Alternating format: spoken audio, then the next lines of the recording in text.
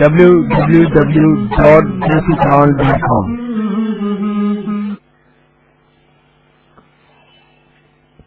آگے کی ساری کچھ کر لیں. اعوذ باللہ من الشیطان الرجیم.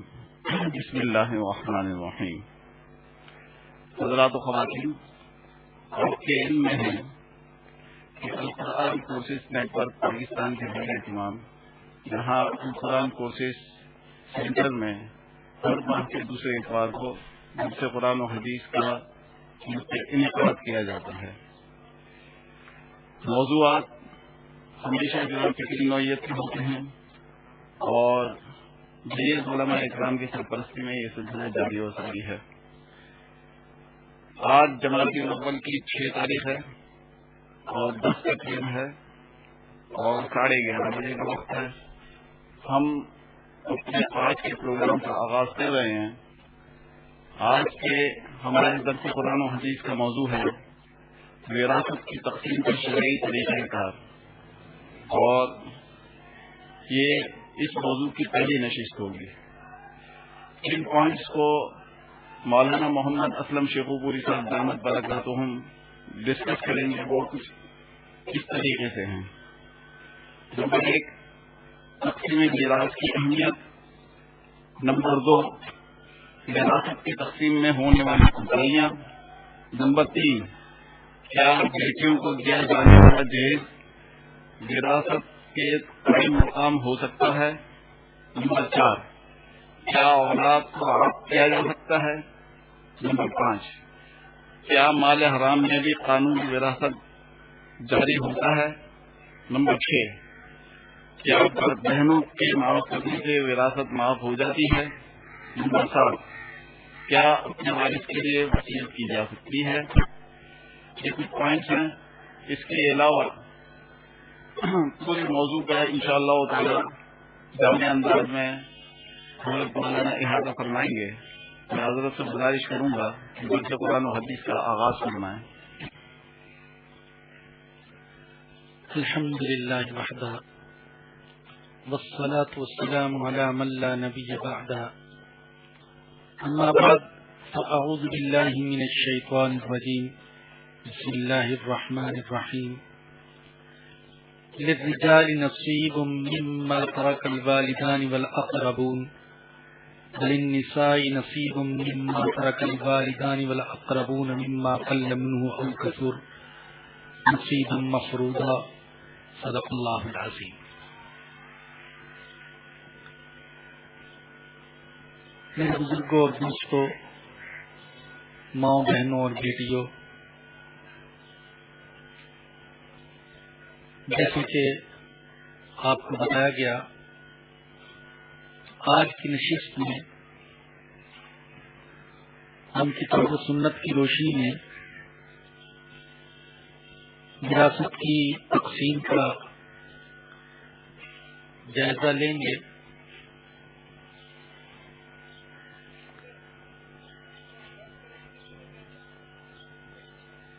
اور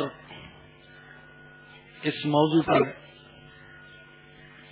گفتگو کے آغاز سے قبل میں آپ سے درخواست کروں گا کہ نیت کر لیجیے کہ انشاءاللہ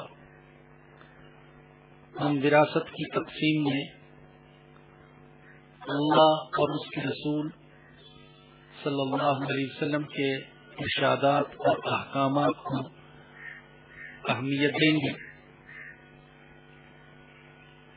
اور ان پر دل و جان سے عمل کریں گے.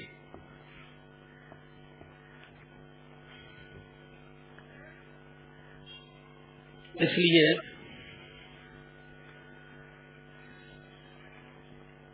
کہ آج کے دور میں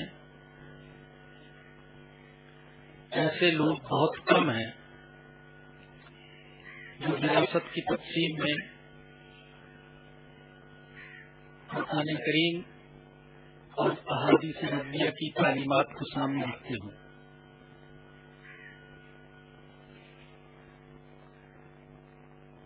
جن شعبوں میں ہم نے قرآن اور حدیث کو چھوڑ کر خاندان اور رسم و رواج اور قوم اور قبیلے کے تعارف کو اہمیت دی ہے اور اپنی زندگی میں انہیں پر عمل کر رہے ہیں، ان میں سے ایک شعبہ میراث کا بھی ہے۔ اور تقسیم میراث میں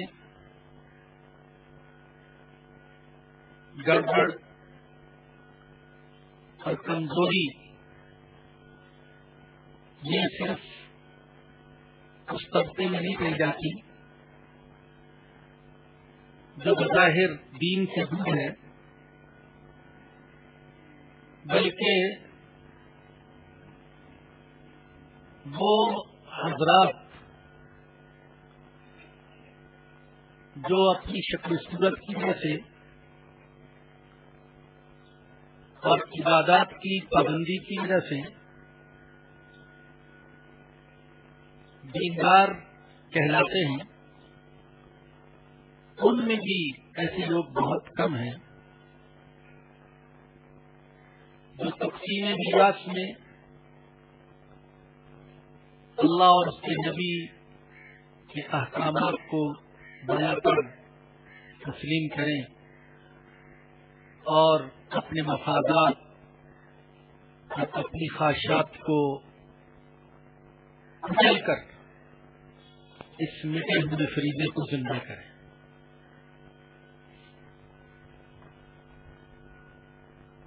محترم خواتین و حضرات،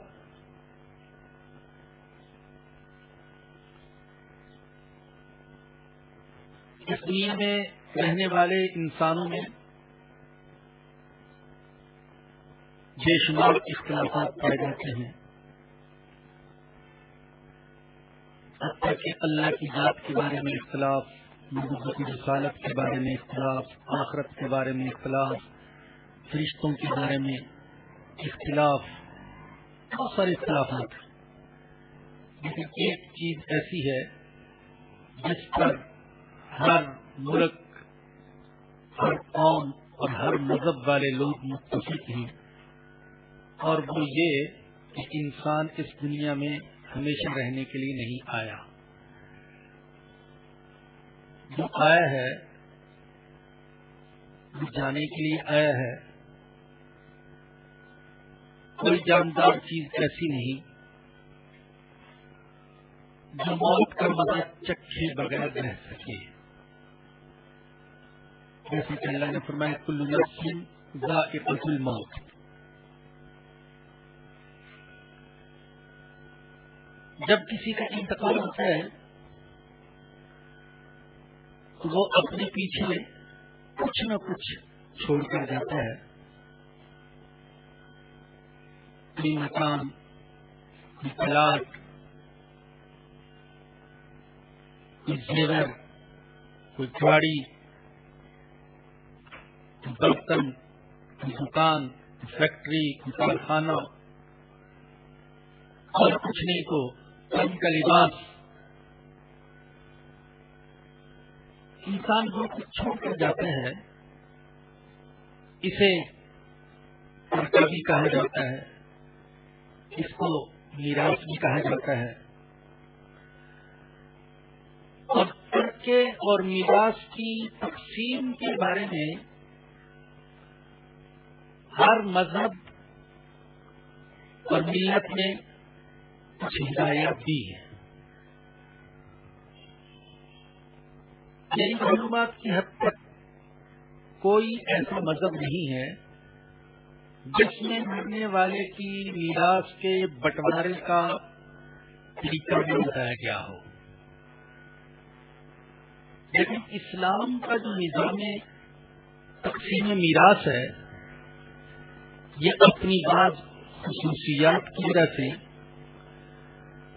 سارے مذاہب کے نظام تقسیم میراث سے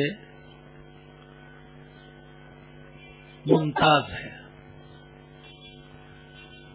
اور انسان جب ان خصوصیات پر غور کرتا ہے وہ اسلام کی سچائی تسلیم کرنے پر مجبور ہو جاتا ہے کہ جس مذہب میں ایسی باریکیوں کا لحاظ رکھا گیا ہے وہ مذہب یقیناً انسانی اختراع نہیں ہو سکتا اور بشری سوچ کا نتیجہ نہیں ہو سکتا، بلکہ وہ مذہب ایسی ذات کا بنایا ہوا اور نازل کیا ہوا ہے جو صرف پہلی صدی کے انسانوں کے نہیں بلکہ سارے زمانوں اور سارے جہانوں کے انسانوں کی ضروریات سے، ان کی کمزوریوں سے، ان کی طبیعت میں پائے جانے والے مالی رجحان سے اور پھر زیادتی ہونے کی صورت میں اٹھنے والے فتنہ و فساد سے، قتل و قتال سے اور جھگڑوں سے خوب اچھی طرح واقف ہے۔ اسلام نے میراث کی تقسیم کا جو نظام دیا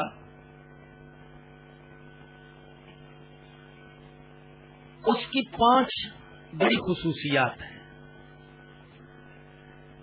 پہلی خصوصیت یہ کہ اسلام کہتا ہے کہ میت اپنے پیچھے جو کچھ چھوٹ جائے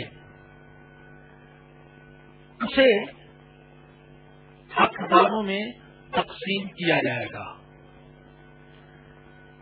ہاں وہ استعمال کی چیزیں ہوں، ہاں وہ تجارتی سامان ہو، ہاں وہ دکان اور زمین ہو، ہر چیز کو تقسیم کیا جائے گا، حتیٰ کہ اس کے بدن کے کپڑے اور استعمال کے جوتے اور برتن اور خوشبویات،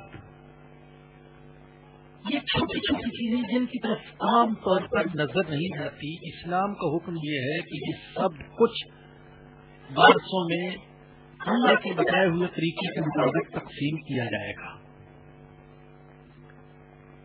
جبکہ اسلام سے پہلے صرف وہی اشیاء تقسیم کی جاتی تھی جن سے نفع حاصل ہونا ممکن ہوتا تھا، باقی رہی مرنے والے کی استعمالی چیزیں تو بعض مذاہب میں تو یہ تھا کہ ان چیزوں کو میت کے ساتھ ہی دفن کر دیا جاتا تھا۔ آج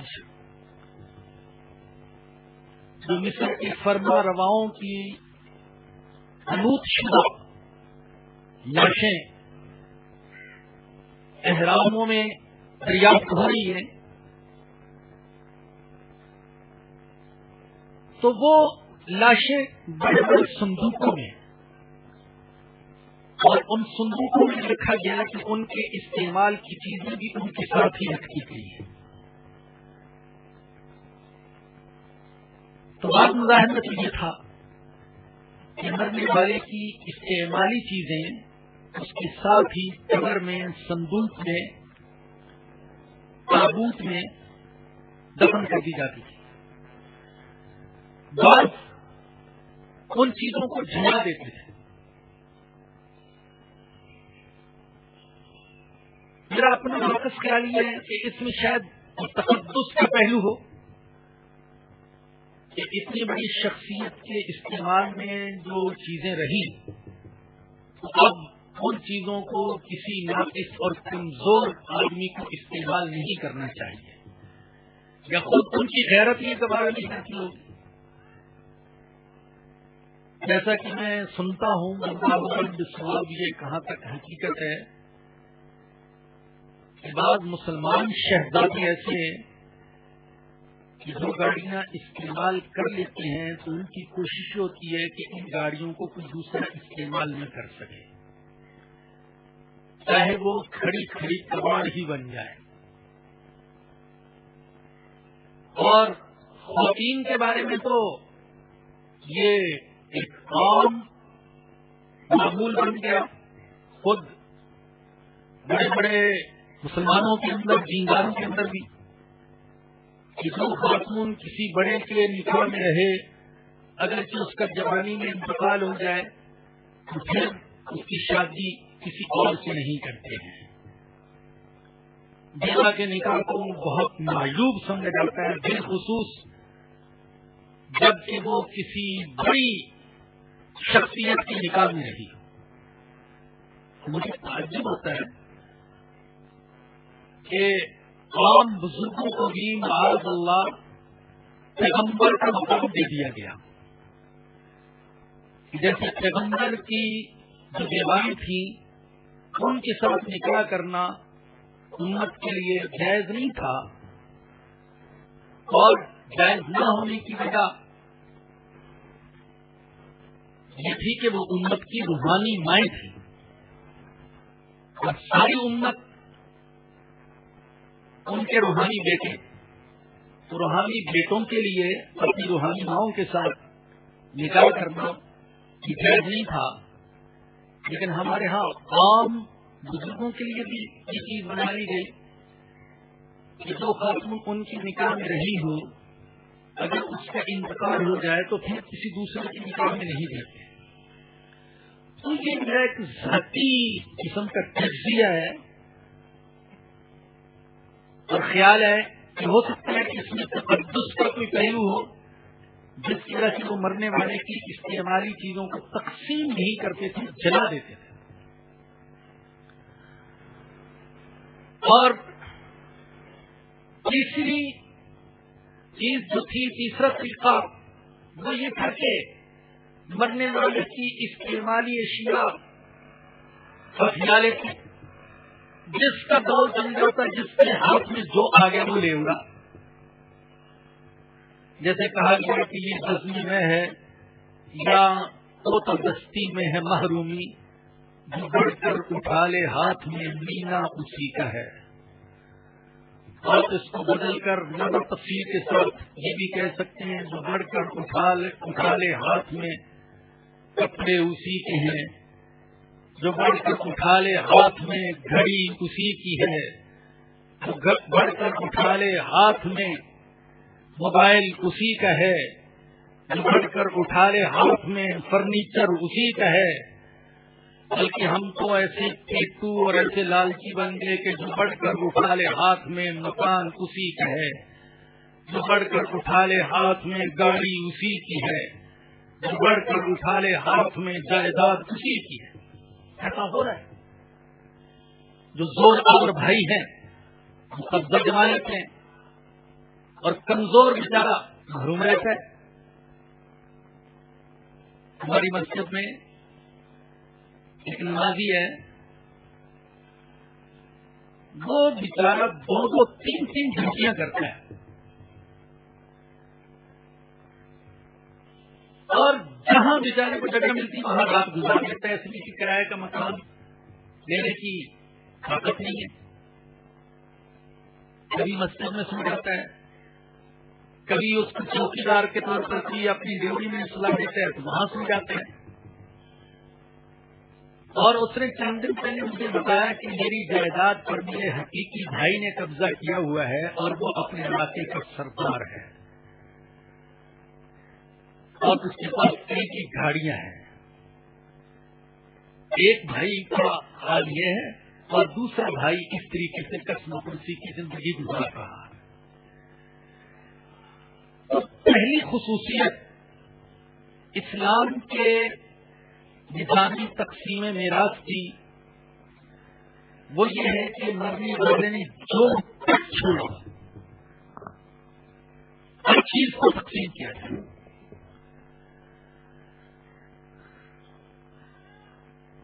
شیخ الاسلام حضرت مولانا محمد تقی عثمانی دامت برکاتہ العالیہ نے اپنے والد محترم حضرت مفتی محمد شفیع صاحب نور اللہ مرقدہ کے بارے میں بتایا کہ زندگی کے آخری ایام میں خاص طور پر وہ اس چیز کا بڑا اہتمام کرتے تھے کہ ان کے کمرے میں اگر گھر کی کوئی چیز آ جاتی تو اسے فوراً گھر میں واپس کر دیتے تھے، حتیٰ کہ گلاس، کپ، تھالی اور پلیٹ تک فرماتی تھی کہ اس کمرے میں جو کچھ ہے وہ میری ذاتی ملکیت ہے، اور اس سے باہر جو ہے وہ گھر والوں کا مشترکہ ہے یا بیٹوں کا ہے. تو کہیں ایسا نہ ہو کہ میرا انتقال ہو جائے تو جو گلاس، جو کپ کسی بیٹے کی ملکیت ہے اسے بھی میری ملکیت سمجھ کر وراثت میں تقسیم کر دیا ہے. اس قدر اہتمام، کیونکہ وہ جانتے تھے کہ اسلام کا حکم یہ ہے کہ مرنے کے بعد مرنے والے کی ہر چیز کو تقسیم کیا جائے، اس کا چشمہ تک، اس کی ٹوپی تک، اس کی گھڑی تک، اس کے موزے تک، اس کی چپلیں تک. دوسری خصوصیت اسلام کے نظام تقسیم میراث کی وہ یہ کہ وراثت یہ اقارب کا حق ہے، رشتہ داروں کا حق ہے، غیر رشتہ داروں کا حق نہیں ہے. جبکہ بعض اقوام کے ہاں یہ تصور ملتا ہے کہ وہ وراثت کی تقسیم کے وقت پڑوسیوں کو ترجیح دیتے تھے، مرنے والے کے دوست احباب کو ترجیح دیتے تھے، اس کے ساتھ معاہدہ کرنے والوں، تعاون کرنے والوں کو ترجیح دیتے تھے، اور رشتہ داروں کو نظر انداز کر دیتے تھے. تیسری خصوصیت یہ ہے کہ اسلام کہتا ہے کہ وراثت یہ مردوں، عورتوں، چھوٹوں اور بڑوں سب کا حق ہے. جو قریبی رشتے دار ہے اور جس کا حصہ اللہ نے بیان فرمایا ان سب کا حق ہے. نہ اس میں جنس کی تقسیم کو، جنس کے فرق کو رکاوٹ بننے دیا جائے گا، نہ کسی کے چھوٹا بڑا ہونے کا لحاظ کیا جائے گا. جو آیت تقریباً میں نے خطبہ میں تلاوت کی، سورۃ النساء کی آیت ہے 4 پارے کی، اس میں اللہ فرماتے ہیں للرجال نصیب مما ترک الوالدان والاقربون. مردوں کے لیے حصہ ہے اس میں جو کچھ والدین چھوڑ کر مر گئے یا رشتے دار چھوڑ کر مر گئے، جو کچھ چھوڑ کر مر گئے. للنساء نصیب مما ترک الوالدان والاقربون. عورتوں کے لیے بھی حصہ ہے اس میں جو والدین چھوڑ کر مر گئے، جو رشتے دار چھوڑ کر مر گئے. ہم چھوٹے ہیں یہ بڑے، اور مرد ہے یہ عورت. اللہ اکبر، یہ اللہ کا کلام ہے. اللہ کے کلام میں بڑی باریکیوں کا لحاظ کیا گیا. اب دیکھیے اسی سے یہ بات سمجھ میں آ گئی تھی کہ مرنے والے نے جو کچھ چھوڑا وہ وراثت میں تقسیم کیا جائے گا. مما ترک الوالدان. علماء جانتے ہیں یہ ایسے الفاظ ہیں کہ ان سے یہ چیز خود بہت واضح ہو گئی کہ جو کچھ چھوڑا ہے مرنے والے نے اس کو تقسیم کیا جائے گا. ہر قلیل ہو یا کثیر، استعمال کی چیزیں ہوں یا تجارتی سامان. یہ بات سمجھ میں آ جانے کے باوجود اللہ پاک نے صراحتاً فرمایا مما قل منہ او کثر. چاہے مرنے والے نے قلیل چھوڑا ہو یا کثیر چھوڑا ہو، تھوڑا چھوڑا ہو یا زیادہ چھوڑا ہو، سب کچھ تقسیم کیا جائے گا. اس نے 10 روپے چھوڑے ہیں تو اس کو بھی تقسیم کیا جائے گا. نصیب مفروضہ. اللہ کہتے ہیں میں نے خود حصے متعین کر دیے. جو حصے میں نے متعین کیے جن رشتے داروں کے لیے، ان میں مرنے والے کے چھوڑے ہوئے مال کو خواہ وہ قلیل ہو یا کثیر ہو تقسیم کیا جائے گا. قرآن کا یہ حکم اس وقت نازل ہوا جب خود قرآن کے نازل ہونے کے مقام پر اور پوری دنیا میں جنس کا فرق بھی کیا جاتا تھا اور چھوٹا بڑا ہونے کا بھی فرق کیا جاتا. اسلام نے تو بڑا سادہ رکھا, بہت ہی سادہ رکھا. کفن دفن حتیٰ کہ اس لباس میں بھی کفن دیا جا سکتا ہے. میں قربان جاؤں اپنے آقا کے پہلے خلیفہ کے قدموں کی خاک پر, جب ان کے لیے اچھے کپڑے کا انتظام کیا جائے گا تو فرمایا اس کی کیا ضرورت ہے, امت کے کسی غریب فرد کے کام آ جائے گا. قبر میں یہ نہیں دیکھا جائے گا کہ میں نے کفن کیسا پہنا ہے, قبر میں دیکھا جائے گا میرے اعمال کیسے ہیں, لہٰذا مجھے اسی میں دفن کر دو.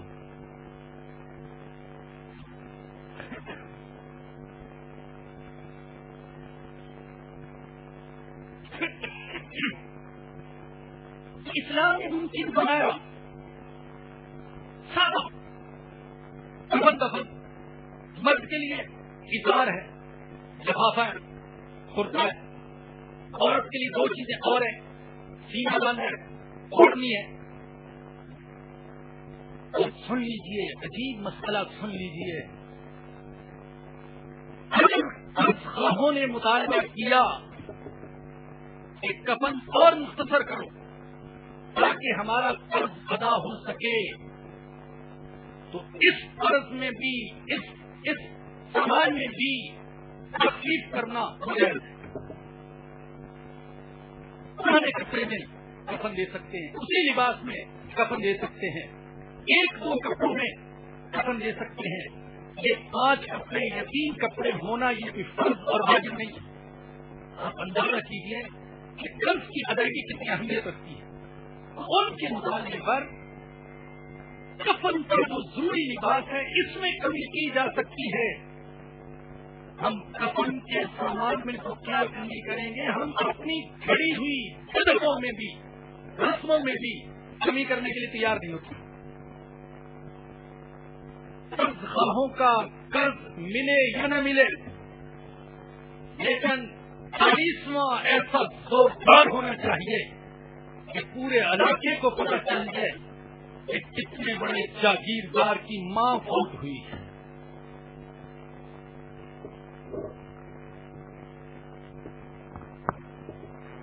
تو کسی کے انتقال کے بعد جو کچھ اس نے چھوڑا ہے اس میں سے سب سے پہلے فصل کا انتظام کیا جائے. اور دوسری چیز, اگر اس کے دل میں لوگوں کا قرض ہو تو قرض ادا کیا جائے. عرب خواتین کو میراث نہیں دیتے تھے, بیٹیوں کو نہیں دیتے تھے, چھوٹے بچوں کو بھی نہیں دیتے تھے. ان کے ہاں ایک محاورہ تھا جس نے انہوں نے کہا کہ ایک قانون کی حیثیت لے رکھی تھی کہ میراث میں حق صرف اس کا ہے جو گھوڑے کی پشت پر بیٹھ کر دشمن کے ساتھ جنگ کر سکتا ہے, اور کسی کو میراث میں حق نہیں. لہذا بچوں کا بھی حق نہیں اور عورتوں کا بھی حق نہیں.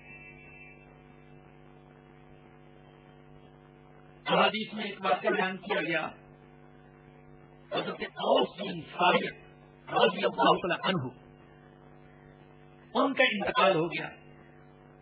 انہوں نے اپنے پیچھے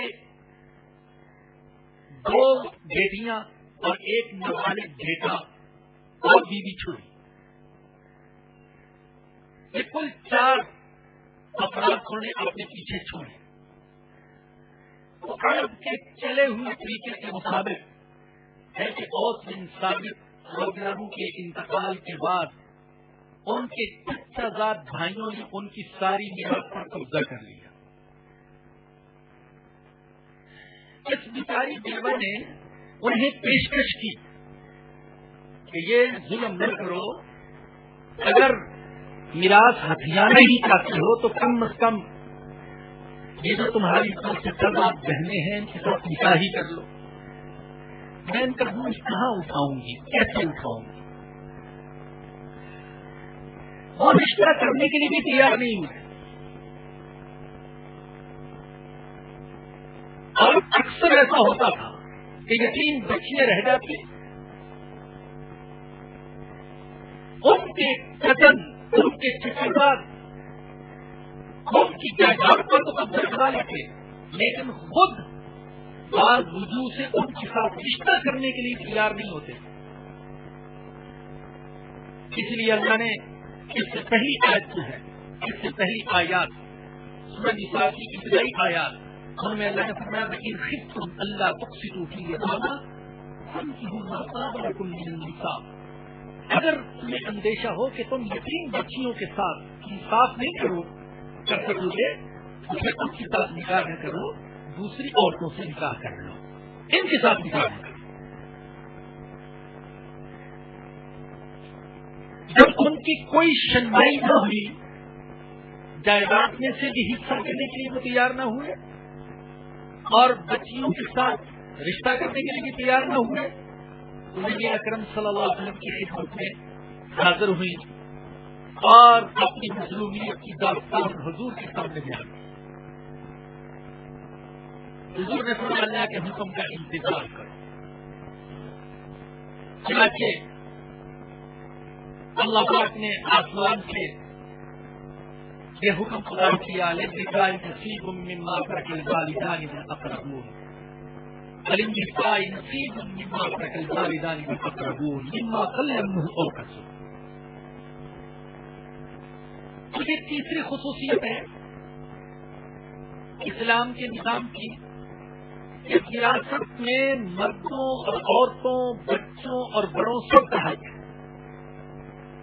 دوسری خصوصیت وہ یہ ہے کہ اقربیت، قریبی رشتہ، یہ وراثت کا معیار ہے، کوئی دوسری چیز معیار نہیں. ان میں سے کون زیادہ قریب ہے، کون امیر ہے، اس بات کو بھی نہیں دیکھا جائے گا کہ غریب کو زیادہ دیا جائے، امیر کو کم دیا جائے، کون چھوٹا ہے کون بڑا، اس کو بھی نہیں دیکھا جائے گا، بلکہ اقربیت کو دیکھا جائے گا، قریبی رشتہ کس کا ہے. یہ وراثت کی تقسیم کا معیار ہے. جبکہ عیسائیوں کے ہاں بڑے بیٹے کو ترجیح دی جاتی ہے، بڑا بیٹا ہی سفید اور سیاہ کا مالک بن جاتا تھا. بتا رہے کہ یہ چھوٹے بھائیوں پر، چھوٹے بچوں پر اور ظلم تھا. پانچویں خصوصیت اسلام کے نظام تقسیم میراث کی وہ یہ کہ وراثت کی وجہ سے ہر وارث کو قطعی طور پر ملکیت حاصل ہو جاتی ہے. جبکہ ہندوؤں کے ہاں، رومیوں اور یونانیوں کے ہاں، اور ہم کہتے ہیں کہ خود بعض مسلمانوں کے ہاں بھی یہ ہے کہ زمین، مکان، یہ چیزیں ایسی ہیں کہ ان کو خاندان میں مشترک رکھا جاتا ہے اور کسی ایک وارث کو بیچنے کی یا اپنا حصہ الگ کرنے کی اجازت نہیں ہوتی. لیکن اسلام نے بتایا کہ ہر وارث کو قطعی طور پر ملکیت حاصل ہو گئی، اپنا وہ حصہ الگ بھی کر سکتا ہے اور اپنے حصے کو ضرورت کے تحت وہ بیچ بھی سکتا ہے. ہمارے ہاں دیہاتوں میں یہ کہا جاتا ہے کہ زمین کا بیچنا ایسے کسی مال کا بیچنا.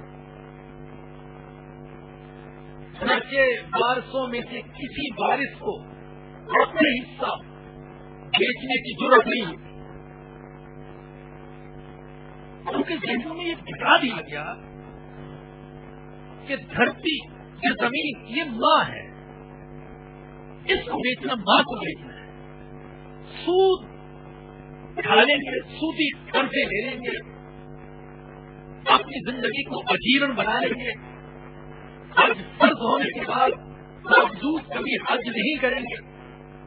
کتنی جائیداد کے مالک ہیں کہ حج فرض ہو چکا، کیونکہ علماء کہتے ہیں کہ زمین اور جائیداد کا مالک ہو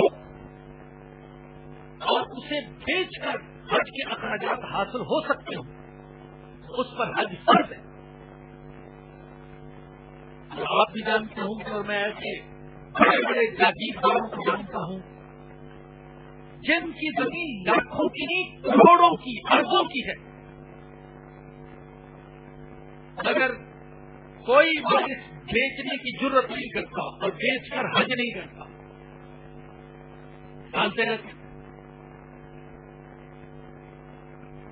میں کل ہی بات سے آیا ہوں، وہاں ایک جگہ جانے کا اتفاق ہوا. یہاں کیا ان کے والد نے ایسے تو بہت کچھ بنایا، اس بہت کچھ میں 30 ایکڑ رقبہ بھی تھا. اب وہ شہر میں آ چکا ہے، 30 ایکڑ شہر میں آ چکا ہے. اس وقت اس نے کل 3.5 لاکھ کی رقبہ خریدا، اور آج ان کے بقول اس کی قیمت کروڑوں میں یا شاید ارب سے بھی زیادہ ہو. ایسا قیمتی رقبہ آج ایک مرلے کی قیمت لگ رہی ہے، ایک گھر کی قیمت لگ رہی ہے. اور کئی بھائی ہیں مگر ان میں سے کسی کو ضرورت نہیں ہے کہ وہ اپنا حصہ الگ کر لے یا اپنے حصے کو بیچ کر حج ہی کر لے. ضرورت نہیں. اور شرم کی بات یہ کہ ویسے وہ دیندار بھی ہیں، ماشاء اللہ ان میں حافظ بھی ہیں، نمازی بھی ہیں، مسجدوں مدرسوں کے ساتھ تعاون کرنے والے بھی، لیکن حج نہیں کر رہے. یہ ایک مثال نہیں، بہت ساری مثالیں ہیں. یعنی اسلام یہ کہتے ہیں کہ ہر وارث کا اپنے حصے پر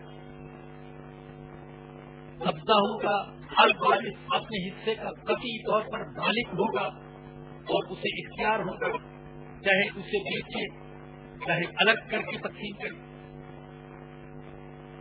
یہ تو 5 خصوصیات ہیں اسلام کے نظامی تقسیم میراث کی. دوسری چیز جو آج کی نشست میں بیان کرنا چاہتا ہوں وہ اس کی اہمیت ہے.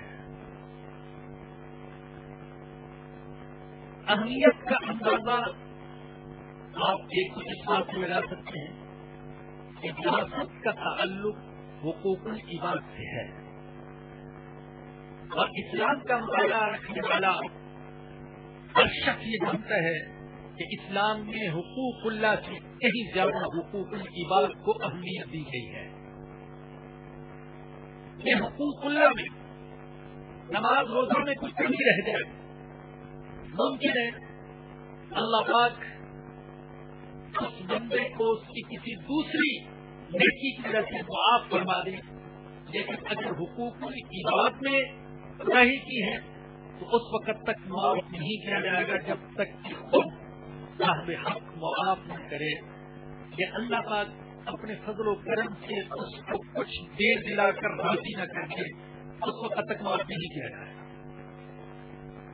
پھر قرآن کریم کو دیکھیں، ایک تو الفاظ ایسے اللہ فرماتا ہے یوصیکم اللہ فی اولادکم، اللہ تمہیں وصیت کرتا ہے تمہاری اولاد کے بارے میں. جب وراثت کی تقسیم کو بیان کیا یہ الفاظ استعمال کیے، یوصیکم اللہ، اللہ وصیت کرتے ہیں، اللہ تاکید کرتے ہیں. پھر قرآن کا انداز یہ ہے کہ وہ کلیات کو بیان کرتا ہے، جزئیات کو نہیں. لیکن وراثت میں اللہ پاک نے جزئیات کو بھی خود بیان کیا ہے.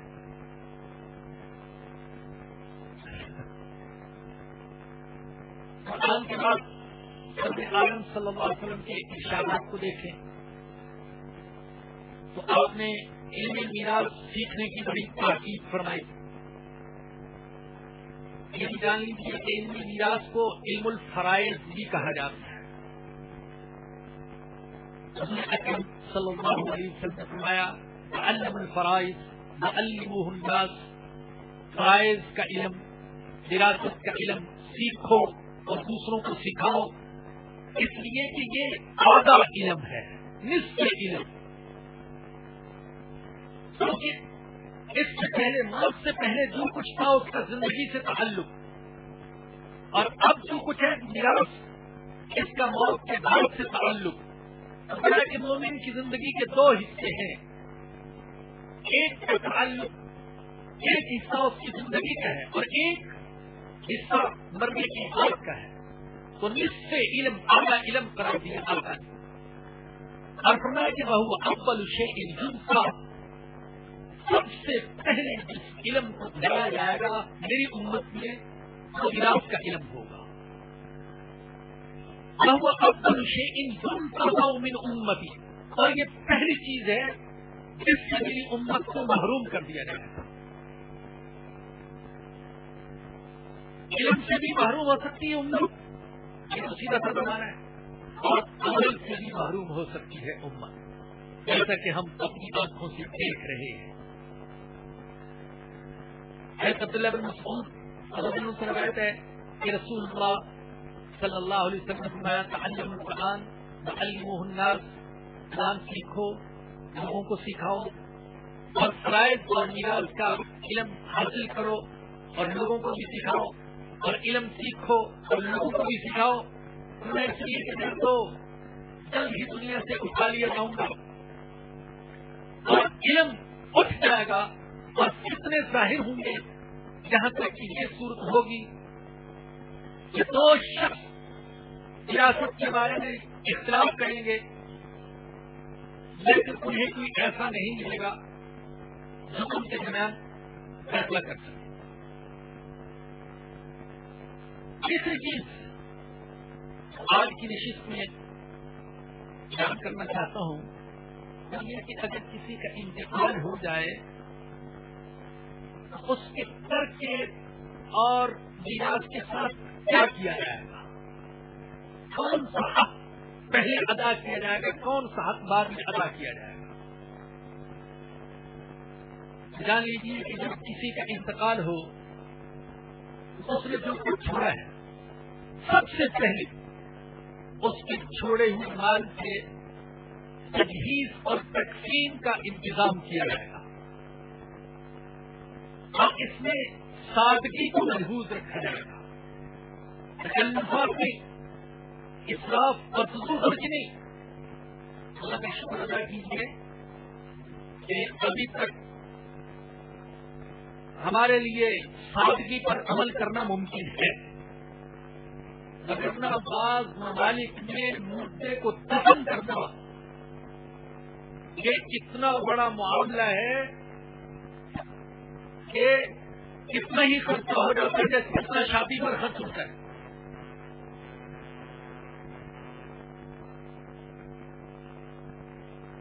اور مجھے جنوبی افریقہ جانے کا اتفاق ہوا، بھائی وہاں عیسائیوں کی اکثریت ہے، پتہ چلا کہ بعض اوقات رسومات کے انتظار میں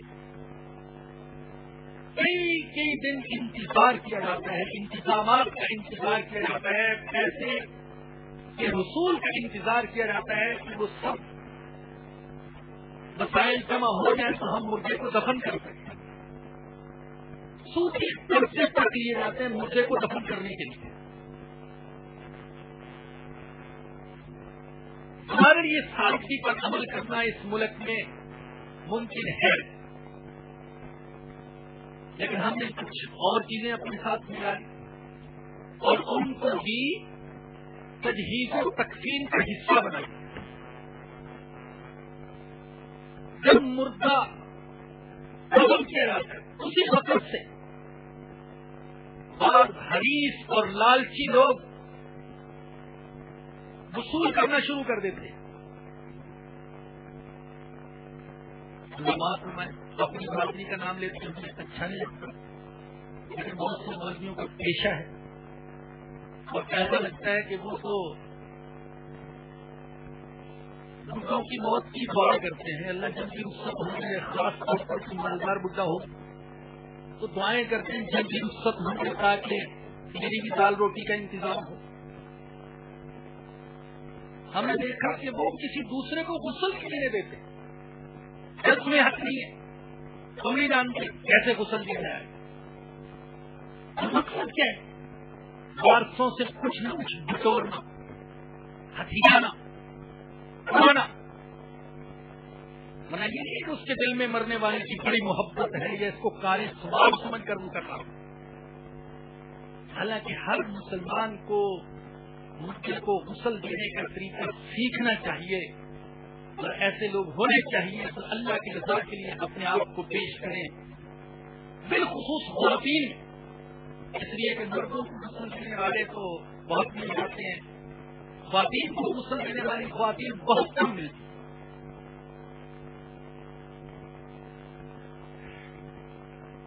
تو کچھ نہ کچھ تو اسی وقت وصولتے ہیں، اور پھر اس کے بعد ابھی آئے گا آگے ایک ہیلا اسکارٹ ہوتا ہے سرحد میں، وہ بھی ایک پرانے ماضی ہے، ابھی اس کا ذکر آئے گا. اور پھر تیجا، 10واں، 40واں، اور دیہاتوں میں 40 دن تک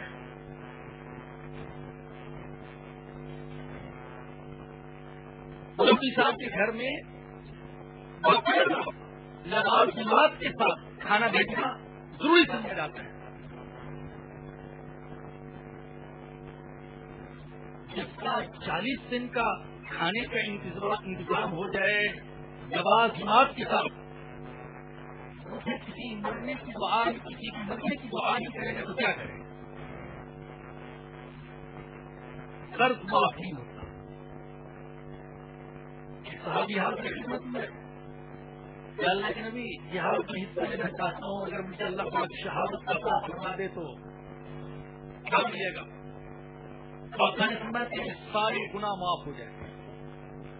خوشی خوشی چلا اللہ کی راہ میں جان دیتا ہوں تاکہ میرے سارے گناہ معاف ہو جائیں. حضور نے واپس بلایا، جاؤ، مجھے ابھی جبرائیل امین نے بتایا ہے کہ شہید کو سارے گناہ معاف ہو جاتے ہیں الدین، لیکن شہید کو بھی معاف نہیں ہوتا. شہید کون ہے؟ وہ خوش قسمت انسان جس کے بارے میں اللہ کہتی ہے کہ اس کو مردہ مت کہو، یہ زندہ ہے، تمہیں اس کی زندگی کا شعور نہیں ہے، اس کو بھی معاف نہیں ہوتا. اور کئی مسلم میں روایت ہے، حضرت ابو ہریرہ رضی اللہ عنہ اس کے راوی ہیں، بتاتے ہیں کہ جب کوئی جنازہ لایا جاتا تو سب نے اکرم صلی اللہ علیہ وسلم صحابہ سے پوچھتے تھے اس کے لیے کسی کا قرض تو نہیں ہے؟ اگر بتایا جاتا کہ قرض نہیں ہے تو آپ جنازہ پڑھاتے تھے، اگر بتایا جاتا کہ اس کے لیے قرض ہے تو آپ پڑھاتے نہیں تھے، پڑھانے سے تو انکار کرتے، جنازے میں شرکت سے بھی انکار فرما دیتے. میں نہیں جنازہ پڑھتا تم پڑھ لو. جب خوشحالی کا دور آیا، مالک نہیں بتانے لگا، پھر آپ کا جب پتہ چلتا کہ مرنے والے کے ذمہ قرضہ ہے تو قرض اپنے اوپر لے لیتے اور پھر جنازہ پڑھا دیتے. حالانکہ صحابہ کرام کے قرض بہت محدود ہوتے ہیں. بعض اوقات کو وہ 2 وقت کھانا پکانے کے لیے گھر میں قرض نہیں لیتے. ہماری طرح تعیشات کی خریداری کے لیے قرض نہیں لیتے تھے. تعیشات کا رواج پڑ گیا، افراد سے قرض لے رہے ہیں اور بینکوں سے قرض لے رہے ہیں. کس لیے؟ چھوٹا مکان ہے، بنگلہ بنانا چاہتا ہوں، کس لیے؟ بڑی گاڑی خریدنا چاہتا ہوں، کس لیے؟ بیٹی کی شادی ہے، ذرا دھوم دھام سے کرنا چاہتا ہوں. یہ ہے ہمارے قرض. صحابہ کرام کی قرض تو ایسے نہیں ہوتے. ہمارے آقا صلی اللہ علیہ وسلم دنیا سے رخصت ہوئے تو آپ کی ذمہ ایک یہودی کے پاس رہن کے طور پر رکھی ہوئی تھی. آپ نے اس سے تھوڑا سا غلہ قرض کے طور پر خریدا ہوا. محدود ہونے کے باوجود اگر کسی صحابی کے دل میں قرضہ ہوتا تو حضور جنازے میں شرکت نہ کرتے تاکہ نبی کے صحابہ کے دل میں قرض کی نفرت پیدا ہو جائے. ایک حدیث میں آتے ہیں سر اقدس صلی اللہ علیہ وسلم نے فرمایا جب تک مومن کا قرض ادا نہ ہو اس کی روح کو روک لیا جاتا ہے، جنت سے روک لیا جاتا ہے، اعلی مقام پر جانے سے روک لیا جاتا ہے۔ آقا نے فرمایا،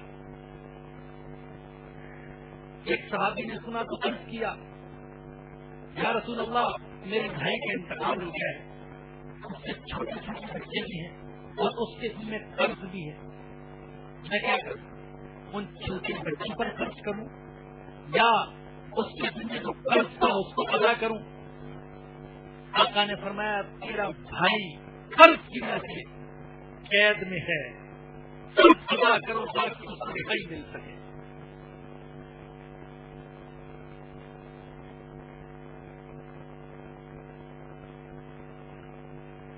اور اگر اپنے ذمے کو قرض کا کوئی ادا نہ کر سکا تو حدیث سے ثابت ہے کہ قیامت کے دن اس کی نیکیاں قرض خواہوں میں تقسیم کر دی جائیں، اور پھر بھی قرض ادا نہ ہو سکا تو قرض خواہوں کے گناہ اس کے ذمہ لا دیے جائیں۔ میرے بھائیوں، میری بہنوں، قرض کا معاملہ بڑا حساس معاملہ ہے، اس میں احتیاط کیجیے۔ اگر کسی کا کوئی حق ہے اس کو ادا کرنے کی کوشش کیجیے، اور یہ ہمارے آقا کا وعدہ ہے۔ آقا نے فرمایا اگر کسی کے ذمہ قرض ہو اور وہ خلوص دل سے ادا کرنا چاہتا ہو تو اللہ ادائیگی کی صورت پیدا کروا دیتے ہیں، اور اگر وہ ادائیگی کرنا چاہتا اس کے لیے بے شمار بہانے ہیں۔ تو مرنے کے بعد سب سے پہلے کفن دفن کا انتظام، دوسرے نمبر پر قرض کی ادائیگی، اور یہ بھی قرض کرنے مناسب ہے اگر اللہ توفیق دے تو مرنے والے کو آپ قرض معافی کر دیا کرو، معاف کرنے کی عادت ڈالو بھائی۔ الحمدللہ نہ صرف مرنے کی صورت میں بلکہ میں اپنی زندگی ہی میں شاید ہر رات اپنے ساتھ زیادتی کرنے والے ہر فرد کو معاف کر کے ہی سوتا ہوں، اور زندگی کا یہ معمول بنایا ہوا ہے کہ جس نے جو زیادتی کی، حق کھا گیا یا ستایا یا عزت چگلی کی، میں نے اس کو معاف کر دیا اور نیت کے میں ان کو معاف کرتا ہوں، شاید اللہ پاک مجھے معاف فرما دے۔ اور یہ حدیث ثابت ہے، حدیث میں ہے رسول اکرم صلی اللہ علیہ وسلم نے فرمایا کہ ایک شخص تھا جو لوگوں کو قرض دیا کرتا تھا، اور اس نے اپنے خادم کو تاکید کی ہوئی تھی کہ اگر کوئی مقروض تنگ ہو اس سے درگزر کیا کرو، شاید اللہ قیامت کے دن مجھ سے درگزر فرمائے۔ چنانچہ جب انتقال ہو گیا اللہ نے فرشتوں سے فرمایا یہ میرے کمزور، غریب اور تنگ دست بندوں کو معاف کرتا تھا، ان سے درگزر کرتا تھا، میں زیادہ حقدار ہوں اس بات کا کہ میں اس کے گناہوں کو نظر انداز کر دوں، میں اس کو معاف کرتا ہوں۔ اگر اللہ توفیق کی تو اس پر عمل کر لے گا، درجہ بہت بڑا ہے۔ تیسری چیز قرض کے بعد وہ جائز وصیت کی تکمیل ہے۔ اسلام اختیار دیتا ہے ہر عاقل بالغ شخص کو کہ وہ اپنے مال میں کتنی وصیت کر سکتا ہے کہ کفن دفن کا انتظام ہونے اور قرض کی ادائیگی کے بعد جو ترکہ بچے اس کے 1/3 میں اس کی وصیت کو پورا کیا جا سکے۔ اتنی وصیت کرنے کی اسلام ہر عاقل بالغ کو اختیار دیتا ہے۔ کسی مسجد کے لیے وصیت کر دی، مدرسے کے لیے وصیت کر دی، ہسپتال کے لیے وصیت کر دی، ایسے غریب رشتے داروں کے لیے وصیت کر دی جن کا وراثت میں حق نہیں تھا، تو 1/3 تک جو اس نے مال چھوڑا ہے اس میں اس کی وصیت کو پورا کیا جائے گا. لیکن اگر اس کے ذمہ قرضہ اتنا ہے کہ قرض کی ادائیگی کے بعد کچھ نہیں بچتا تو اس کی وصیت باطل ہو جائے گی. وصیت پر عمل نہیں کیا جائے گا بلکہ قرض ادا کیا جائے گا. اسی طریقے سے اگر کوئی سارے مال کی وصیت کرتا ہے تو یہ وصیت بھی باطل ہے. اسلام اس کی اجازت نہیں دیتا. حدیث میں یہ واقعہ بیان کیا گیا کہ حضرت سعد بن ابی وقاص رضی اللہ عنہ بیمار تھے اور بظاہر بیماری ایسی شدید تھی کہ حضرت سعد نے سمجھا کہ زندگی کا آخری وقت آ پہنچا ہے. حضور اکرم صلی اللہ علیہ وسلم ان کی عیادت کے لیے تشریف لے گئے تو وہ حضور کو دیکھ کر رونے لگے. حضور نے پوچھا کیوں رو رہے ہیں؟ عرض کیا کہ میں مکہ میں مر رہا ہوں, اس زمین میں مر رہا ہوں جہاں سے ہجرت کی تھی. کہیں ایسا نہ ہو کہ میرا ہجرت کا عمل باطل ہو جائے. نبی اکرم صلی اللہ علیہ وسلم نے فرمایا کہ نہیں, اللہ تعالیٰ تمہیں اجر عطا فرمائیں گے. اس کے بعد حضور نے 3 دفعہ دعا فرمائی, اللہم اشفی سعد, اے اللہ تو سعد کو شفا عطا فرما, اے اللہ تو سعد کو شفا عطا فرما, اے اللہ تو سعد کو شفا عطا فرما. حضرت سعد نے اس موقع پر عرض کیا, اے اللہ کے نبی میرے پاس بہت سارا مال ہے لیکن میرے وارثوں میں سوائے ایک بیٹی کی اور کوئی بھی نہیں ہے. کیا آپ مجھے اجازت دیتے کہ میں سارا مال اللہ کی راہ میں وصیت کر جاؤں, سارا مال جہاد کے لیے دے جاؤں, سارا مال بیت المال کے لیے دے جاؤں, سارا مال یتیموں غریبوں کو دینے کی وصیت کر دوں؟ کیا مجھے اجازت دیتے ہیں؟ حضور نے فرمایا نہیں. اللہ اکبر. ہم سے کچھ پہنچا ہو کسی کے پاس ان کو کہیں مولوی صاحب سارا مال آپ کے حوالے کرنا چاہتا ہوں, جیسے چاہیں آپ خرچ کر لیں اپنے مدرسے.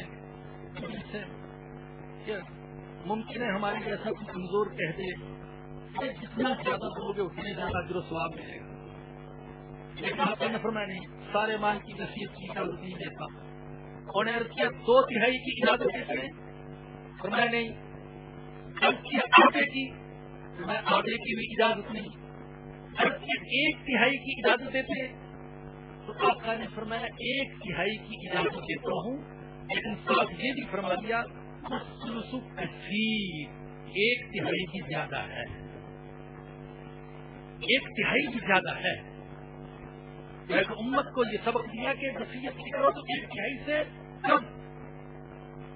تو اس موقع پر آقا نے فرمایا کہ یہ مت سمجھو کہ صرف وصیت کرنے سے ہی ثواب ملتا ہے اور جہاد اور تبلیغ اور مسجد کو دینے سے ہی ثواب ملتا ہے, بلکہ فرمایا کہ تم اپنے مال میں سے جو صدقہ کرو وہ بھی صدقہ ہے, اپنے بیوی بچوں پر جو خرچ کرو وہ بھی صدقہ ہے, اپنی بیوی کو جو کھلاؤ وہ بھی صدقہ ہے.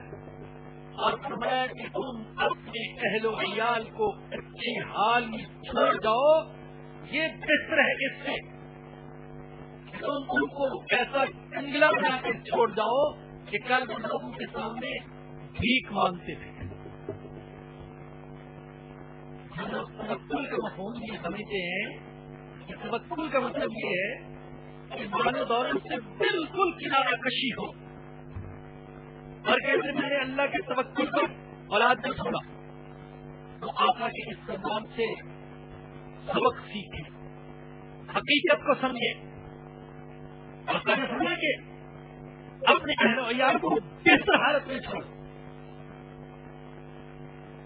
اصل بات یہ ہے میرے بھائیوں اور بہنوں, ہر کسی کی اولاد اعلیٰ یقین اور اعلیٰ ایمان سے متصف نہیں ہو سکتی,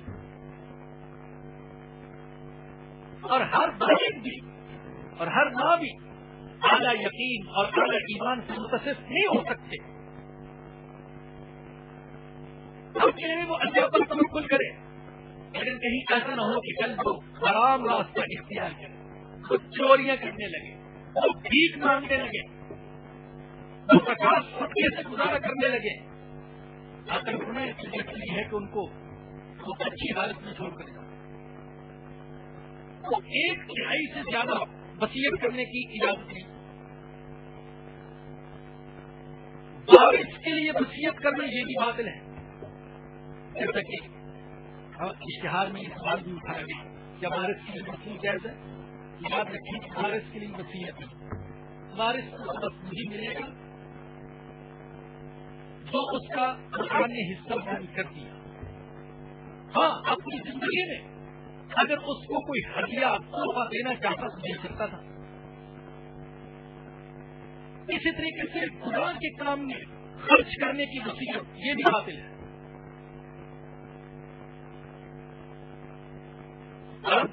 انتقال کرتے تھے تو ایسی وصیتیں بھی کرتے تھے کہ میرے مرنے کے بعد رونے دھونے کا VIP انتظام کیا جائے، اور رونے دھونے والے اور والیاں یہ اجرت پر ملتے تھے، جیسے ہنسانے والے اور ہنسانے والیاں اور ناچ گانے والے اور والیاں اجرت پر ملتے، تو رونے دھونے والے اور والیاں یہ بھی اجرت پر ملتے، ان کو اجرت دی جاتی تھی اور وہ رو رو کر اور سینہ پیٹ پیٹ کر اپنا برا حال کر رہے تھے، مختصرکے کے روزی اور اجرت حلال کرتے ہیں۔ تو ایسی وصیت نہیں کرتے تھے، ہمارے ہاں ایسی وصیت نہیں کرتے، لیکن یہ وصیت کرتے ہیں کہ نتیجہ زوردار طریقے سے ہونا چاہیے، 10واں اور 40واں زوردار ہونا چاہیے، اور میرا سالانہ یوم وفات منایا جائے، بڑا ہو تو اس کا عرف ہے، جب عام ہے اس کا عام یوم وفات وہ منایا جائے، اور میری قبر ایسی بنائی جائے کہ دور دور سے لوگ دیکھنے کے لیے آئے، اس بڑے کی قبر ہے اس کی وسیع کر جاتے ہیں، قبر پر گنبد بنایا جائے شاندار قسم کا، ساری وصیتیں باطل ہیں۔ اب اللہ علیہ یہ بات کہاں تک صحیح ہے کہاں تک غلط ہے، میں نے ایک جگہ پڑھا خود ہے نہیں ہے، ایک اخبار میں یہ خبر ہوئی تھی کہ ایک صاحب مر رہے تھے تو انہوں نے تاکید کی کہ میرے مرنے کے بعد لوگوں کو فلاں فلم دکھائی جائے، یہ میں نے خبر خود پڑھی، واللہ عالم کہاں تک صحیح۔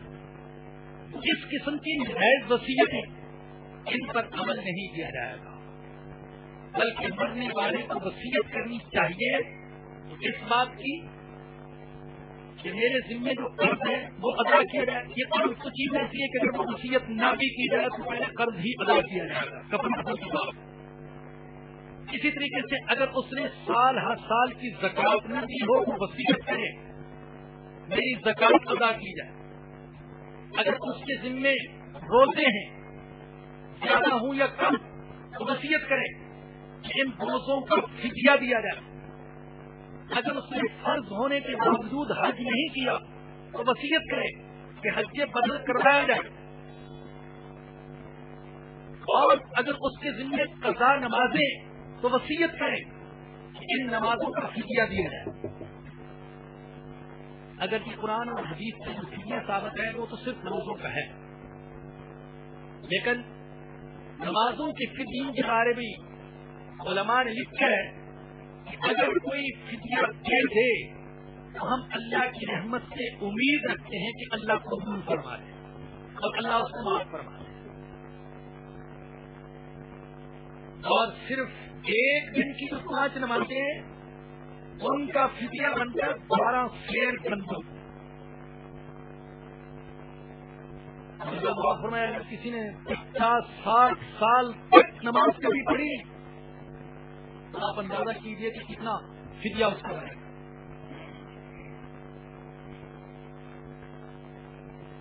اب یہ فدیے کا حکم تو ہے، روزوں کا فدیہ دیا جائے، زکات کی زکات دی جائے، حج نہیں کیا تو حج بدل کروایا جائے، اور نمازوں کا فدیہ دیا جائے، اب جب دیکھا کہ فدیہ کو بہت بڑی رقم بن جائے گی، 12 سیر گندم کو ایک دن بچ گیا، بعض لوگوں نے ہیلا اسقاط شروع کیا، جس کی طرف میں نے پہلے اشارہ کیا تھا۔ یہ عجیب ڈرامہ ہے، عجیب ڈرامہ۔ وہ یہ کرتے ہیں کہ دائرہ لگا کر بیٹھ جاتے ہیں، تو مثال کے طور پر 12 سیر گندم یہ ایک دن کا فدیہ ہے، اور اس کی قیمت بنتی ہے مثال کے طور پر 500 روپے۔ وہ اس مرد والے کے وارث ہوتا ہے، وہ 500 روپے اس کو دیتا ہے، وہ اس کو دیتا ہے، وہ اس کو دیتا ہے، چلتے چلتے وہ 500 روپے دوبارہ اس کے پاس واپس آ جاتی ہے۔ کہ اس نے 5 مردوں کا فدیہ دے دیا، مگر دوسرے نے اس کو واپس لوٹا دیا، ہدیہ دے دیا، ہدیہ۔ اب ایک دن کی نماز گئی، ہو گئی معاف، اب پھر چکر باز اسی طریقے سے 500 روپئے گھومتا پھر اس کے پاس آ جاتا ہے، اب یہ دوسرے دن کی نماز ہے، اور 500 کو آپ بڑھا لیں، 5000 کر لیں، تو وہ ایک ایک چکر میں کئی نمازیں معاف ہوتی جاتی ہیں۔ جو فدیہ بنتا تھا 10-20 لاکھ روپے، انہوں نے 500 روپے میں اس فدیے کو رکھا دیا، اڑا دیا، اور سمجھتے ہیں ہیلا اسقاط، یعنی اس کے ذمے سے جو نمازیں تھیں وہ اب ساقط ہو گئی، اور آخر میں یہ 500 روپے پیشہ ور مولوی ہوتا ہے اس کی ملکیت بن جاتے ہیں، ڈاکٹر اعظم کو کریں۔ تو بھائی وصیت کرنے کی چیز اصل ہے، وصیت کی جائے تو ان چیزوں کی وصیت کی جائے، زکات کی وصیت، روزوں کی وصیت، نماز کی وصیت، حج کی وصیت، اللہ تعالیٰ دے تو مدرسہ بنانے کی وصیت، مسجد بنانے کی وصیت، ہسپتال بنانے کی وصیت، غریبوں سے تعاون کی وصیت۔ اللہ پاک مجھے اور آپ سب کو ایسی ہی وصیتیں کرنے کی توفیق دے۔ یہ وصیت والا مسئلہ بھی تفصیلی مسئلہ ہے، انشاءاللہ دوسرے مسائل کے ساتھ اگلی نشست میں ہم اس مسئلے کو چھیڑیں گے، اور حضرات جیسے آج وقت پر تشریف لائے، اگلی دفعہ بھی وقت پر تشریف لائیے گا۔ یہ وہ جمعے کا بیان نہیں ہے جس میں مولوی صاحب 15-20 منٹ تک تو تمہید باندھتے ہیں اور جب مجمع جمع ہوتا ہے تو مقصد کی بات کر دیتے ہیں، یہ تو ابتدا ہی سے مدد ہی مدد ہے۔ آپ حضرات وقت پر تشریف لانے کی کوشش کیا کریں۔ الحمدللہ اہم اعلانات ہیں، سن کر جائیے گا۔ سب سے پہلے تو یہ جو موبائل فونز کی رجسٹریشن کے حوالے سے ایک لسٹ سرکولیٹ کی گئی ہے، اس میں آپ اپنے موبائل فون کا نمبر ضرور درج کریں۔ یہ جتنے بھی یہاں اہم پروگرام ہوتے ہیں یا شہر میں جہاں علماء کرام جلسہ قرآن و حدیث کے پروگرام یا سیمینار وغیرہ ہوتے ہیں، تو ان کو یہ SMS کے ذریعے ہم آگاہی دیتے ہیں کہ فلانی جگہ پر یہ پروگرام ہو رہے ہیں یا فلانی نوعیت کے پروگرام ہو رہے ہیں، تو اس میں آپ رجسٹریشن ضرور کر دیں۔ دوسرا اہم اعلان یہ ہے کہ اگلا ماہانہ جلسہ قرآن و حدیث کے یہاں قرآن اردو سینٹر میں اتوار 8 بجے 11:30 بجے منعقد ہوگا۔ تیسرا اہم اعلان یہ ہے کہ ایک انتہائی اہم پروگرام جو ہے ہم لوگوں نے پچھلے سال کیا تھا قرآن وہ یہ تھا کہ خواتین میں جون جولائی کی چھٹیوں کو قانونی بنانے کے لیے قرآن میں تقریباً جو شہر کے 80 مراکز میں دین کی بنیادی تعلیمات کی 2 ماہی کلاسز شروع کی تھی، سمر کلاسز۔ الحمدللہ وہ ہماری کوشش برابر ہوئی تھی، اور شہر کے کونے کونے میں یہ 2 ماہ کے جو سمر کلاسز جو یہ الحمدللہ اس میں بڑی اچھی ہمیں کامیابی حاصل ہوئی تھی۔ اس بار کے انشاءاللہ تعالی ہمارا ارادہ ہے کہ اس سے بھی بڑھ چڑھ کر اس سلسلے کا آغاز کریں گے، کیونکہ یہ ہمارے پاس ایک بہت اپارچونیٹی ہوتی ہے اس اعتبار سے کہ ہمارے اسکول اور کالجز کی جو تعلیمات جو ہیں وہ ہم ان کو کسی طریقے سے اپنی نیٹ پر لانے کی کوشش کرتے ہیں اور ان کو دین کی بنیادی تعلیمات کے حوالے سے آگاہی فراہم کرتے ہیں، اس لیے کہ ہمارا جو ہے اسکول کالجز کا جو تعلیمی نظام جو ہے ہمارے بچوں کو مسلمان بنانے میں ہیلپ فل نہیں ہو رہا ہے، اس لیے یہ ضرورت ہے کہ جنگی بنیادوں پر اور ہنگامی بنیادوں پر اس قسم کے کورسز کا آغاز کیا جائے. اس کا فائدہ سب سے بڑا کیا ہوا؟ اس کا فائدہ یہ ہوا کہ ہم نے انتہائی فورس قسم کی ایک میڈیا کمپین چلائی تھی اور بالکل جو ہے شہر کے کونے کونے میں مختلف انسٹرومینٹس یوز کیے تھے وسائل جو میڈیا کے حوالے سے جتنے ہیں. اس کا فائدہ یہ ہوا کہ ہمارے اس کام کو دیکھتے ہوئے اس کام کو دیکھتے ہوئے دیگر اداروں نے بھی یہ کام شروع کیا اور جگہ جگہ دیگر اداروں نے بھی سمر کلاسز کا آغاز کیا. تو میں یہ چاہوں گا کہ اس ٹارگیٹ کو اچیو کرنے کے لیے ہم بہت بڑے پیمانے پر میڈیا کمپین چلانے کا اس سال کی ارادہ رکھتے ہیں. میڈیا کمپین کے حوالے سے جتنے بھی جدید طریقے جتنے بھی جدید طریقے کار لائے جا سکتے ہیں ہم ان کا بہت استعمال کریں گے تاکہ ہمارے جدید تعلیم یافتہ طبقے میں دین کی بنیادی تعلیمات کا پیغام مؤثر طریقے سے پہنچے. اس حوالے سے ہمیں آپ خواتین کی طرف سے بھی تعاون کی انتہائی سخت ضرورت ہے کیونکہ یہ ہم تمام مسلمانوں کی اجتماعی ذمہ داری ہے. تعاون جانی مالی اور ذہنی صلاحیتوں کے اعتبار سے ہے. بالخصوص جو حضرات اور خواتین ایڈورٹائزمنٹ اور تعلیم کے شعبے سے منسلک ہیں وہ اپنی خدمات پیش کریں. پچھلے سال وسائل کی عدم دستیابی کے باوجود ہم نے اللہ کا نام لے کر پہلی بار کراچی کے 80 مراکز میں 2 ماہی سبق کلاسز شروع کرنے کا اعلان کیا تھا. وسیعت ایزی سے ہمیں اس میں کامیابی ہوئی. ہماری اسٹرانگ میڈیا کمپین کا نتیجہ یہ نکلا کہ شہر میں جگہ جگہ دیگر اداروں نے بھی اس قسم کے سمر کلاسز شروع کی. آپ اندازہ لگائیں کہ ابلاغ کے جدید ذرائع کو استعمال کرنے سے ہمارا کاسٹ کتنا ملٹی پلائی ہوا. یہ تو ایک اعلان تھا. ایک اور اہم اعلان وہ بھی سن لیں آپ کہ اتوار 17 اپریل کو 2 بجے دوپہر 5:30 بجے جامعۃ الرشید احسن آباد کے آڈیٹوریم میں ایک انتہائی اہم سیمینار تعلیمی سیمینار منعقد ہو رہا ہے جس کا عنوان ہے دین میں معیشت و تجارت کا مقام اور آرگنائزیشنل کلچر کے شرعی تقاضے. آپ حضرات میں سے جو قابل ہیں یا کمپنیز میں مینیجریل پوسٹ کے حامل ہیں یا اسی قسم کی دیگر ذمہ داریوں سے وابستہ ہیں ان کے لیے دینی اور دنیاوی اعتبارات سے یہ سیمینار رہنما اصول فراہم کرے گا. اس سیمینار کے ایگزیکٹو کوآرڈینیٹر جناب احسان صاحب اسٹال پر جو ہے آپ کی رہنمائی کے لیے موجود ہیں. ان کے پاس دعوت نامے بھی موجود ہیں. جن حضرات کی دلچسپی ہو وہ ان سے ملاقات کر کے دعوت نامے اور رہنمائی حاصل کر لیں.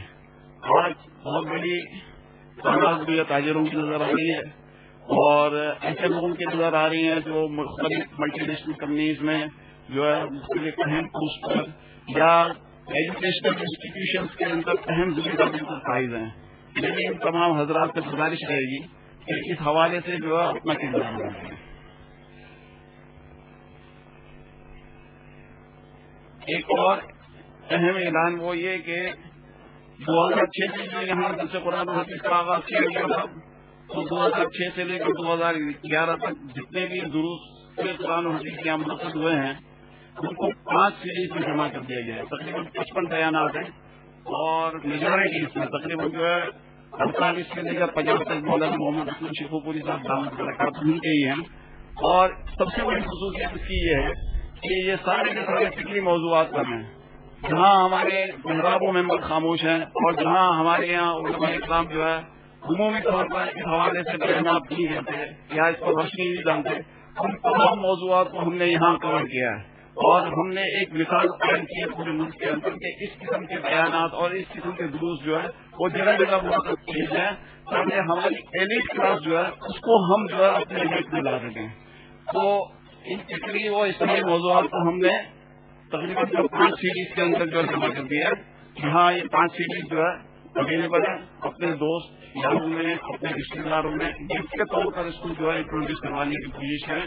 بہت اہم موضوعات ہیں. آپ نے ایک مرتبہ سنیں تو اس کو دوسری مرتبہ تیسری مرتبہ اور چوتھی مرتبہ بھی سنیں. جزاکم اللہ. مفتی محمد تقی عثمانی صاحب دامت برکاتہ کی جس کو ہم نے تحریک کا درجہ دیا ہے یہاں باہر اسٹور ہے. انتہائی آسان ترجمہ قرآن ہے ہماری جدید نسل کے لیے جو قرآن کریم کو اپروچ کرنے کے حوالے سے جو ایک مشکل درپیش تھی کہ بھائی قرآن کریم کے ترجمہ اور تفاسیر کیونکہ جن کی لینگویج آؤٹ ڈیٹڈ ہو چکی تھی اس کو جو ہے اوور کم کرنے کے لیے حضرت مفتی تقی عثمانی صاحب نے یہ ترجمہ اور تفسیر لکھی ہے. آپ تمام حضرات کو خواتین سے گزارش ہے کہ اس کو بھی اپنے حلقے احباب میں انٹروڈیوس کروائیں. مولانا محمد اسلم شیخوپوری صاحب نے جو سورہ یوسف کو خلاصہ لکھا ہے، ایک جو ہے وہ مولانا نے یہ نہیں کیا کہ جو ہے کس طرح اس کی جو اور کرتی ہے یا اس کے جو ہے کسی کو جو اور بہت اچھی انداز میں بیان کرتی ہے، یہ نہیں، بلکہ مولانا نے اس سے جو ہم سبق حاصل کر سکتے ہیں اور اس میں ہمارے لیے جو پیغامات پوشیدہ ہیں اس کو ہائی لائٹ کیا ہے. ہمارے اسٹور پر وہ اویلیبل ہے، اس کو بھی آپ دیکھ رہے ہیں. ہم ہمیشہ دعا کرتے ہیں ڈاکٹر عافیہ صدیقی کے لیے، ہمیں آج بھی ان کے لیے دعا کرنی ہے.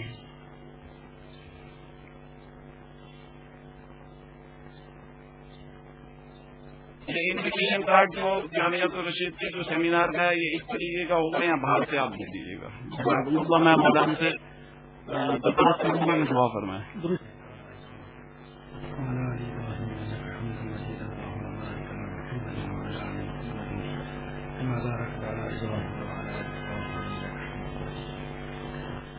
الحمد لله رب العالمين والصلاة والسلام على سيد الأنبياء والمرسلين.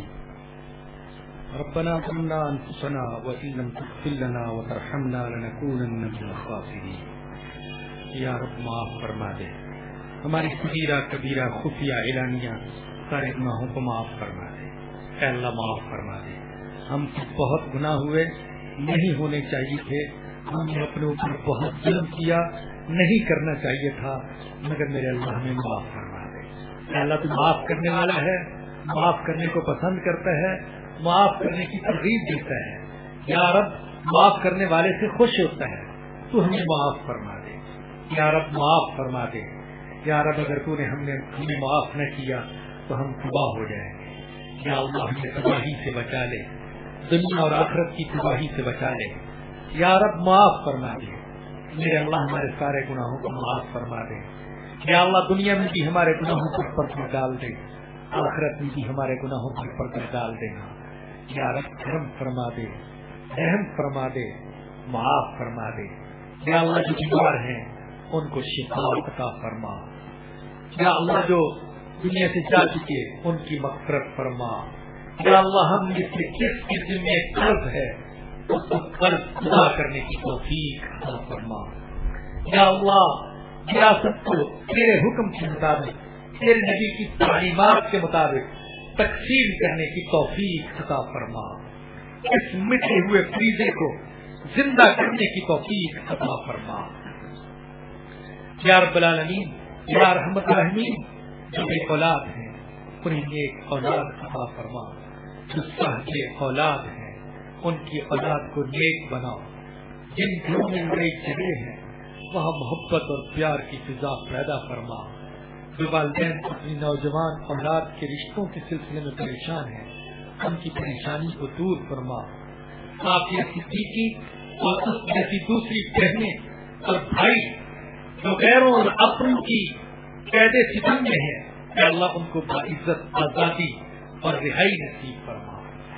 یا رب کرم فرما، رحم فرما، معاف فرما. پوری امت کو ہدایت عطا فرما. اے اللہ امت کو اچھی قیادت عطا فرما. نظام خلافت کو قائم ہوتا ہوا ہمیں دیکھنے کی توفیق عطا فرما. نظام خلافت کے ثمرات اور برکات سے ہم کو مستفید ہونے کی توفیق عطا فرما. جتنے افراد، جتنے ادارے، جتنی جماعتیں میرے دین کی دعوت اور خدمت اور حفاظت میں لگی ہوئی ہیں سب کی کوششوں کو قبول فرما. ربنا آتنا فی الدنیا حسنۃ وفی الآخرۃ حسنۃ وقنا عذاب النار. ربنا تقبل منا انک انت السمیع العلیم وتب علینا انک انت التواب الرحیم. صلی اللہ تعالی علی رسولہ وخیر خلقہ سیدنا و مولانا محمد وآلہ وصحبہ وآل بیتہ اجمعین. آمین برحمتک یا ارحم الراحمین. اب اس کے بعد گلشن منبر میں درس قرآن ہوگا جامع مسجد طبابی.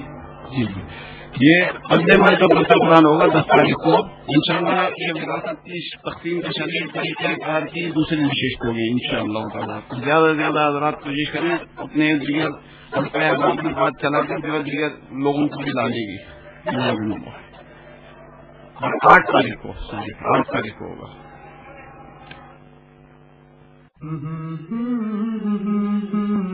درس قرآن آپ کے لیے پیش کرتا ہے تفسیر قرآن مولانا اسلم شیخو پوری صاحب کی آواز میں. کہتے ہیں یاد کرنے کے لیے آسان، پڑھنے کے لیے آسان اور سمجھنے کے لیے آسان. اس کے علاوہ مقبول ویب سائٹ پر آج سنیے معروف عالم دین کے صحیح بیانات. اسلام کا نظریہ یہ ہے انا للہ و انا الیہ راجعون. ہم بولا بچوں کے لیے صحیح کہانیاں اور بہت کچھ. محمد کا روزہ قریب آ رہا ہے، بلندی کے اپنا نصیب آ رہا ہے. www.desiquran.com